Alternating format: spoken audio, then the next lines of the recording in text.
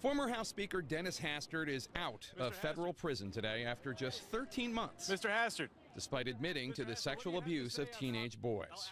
At least 3 of Hastert's victims say they were high school students in Yorkville, Illinois, when their wrestling coach, Hastert, abused them.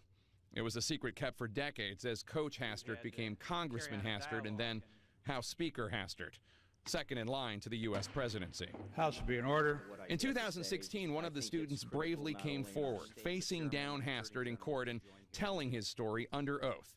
That student was Scott Cross, now a father himself. This topic, while difficult for me to discuss, is one that cannot be swept under the rug. But despite Scott's testimony and Hastert's courtroom apology to those he hurt, the statute of limitations on this child sex crime had expired, preventing prosecutors from going after Hastert for the abuse. Instead, it was the cover-up that sent him to jail. Intense investigative work by the IRS, FBI, and U.S. Attorney's Office not only led to sentencing for financial crimes for Hastert, but also ensured that his past would be revealed.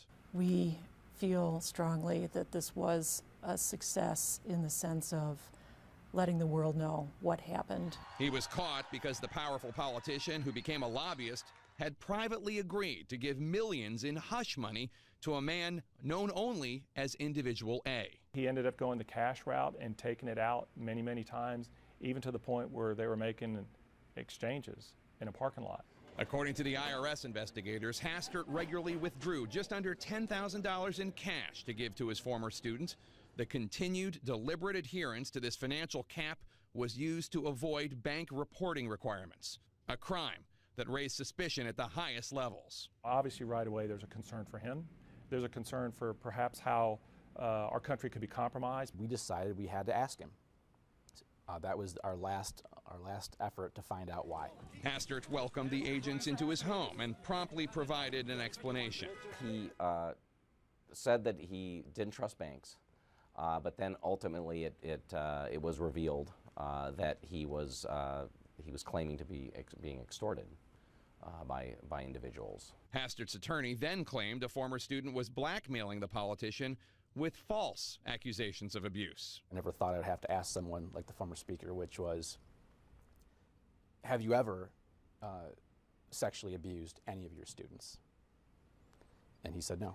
But as agents would soon learn and would later assert in court, the man in question was Individual A, and he was being paid to hide the truth. Mr. Hastert tried to frame the individual he sexually abused. And I think that shows just how intensely Mr. Hastert needed to keep secret what he had done. For some in Yorkville, the allegations remain hard to believe. I was stunned. It was very hard. Danny did a lot for the community, and he made some mistakes. But with the courage of Scott Cross and other victims advocates, statute of limitation laws have changed in Illinois, ensuring that future victims will be able to seek justice whenever they choose to come forward.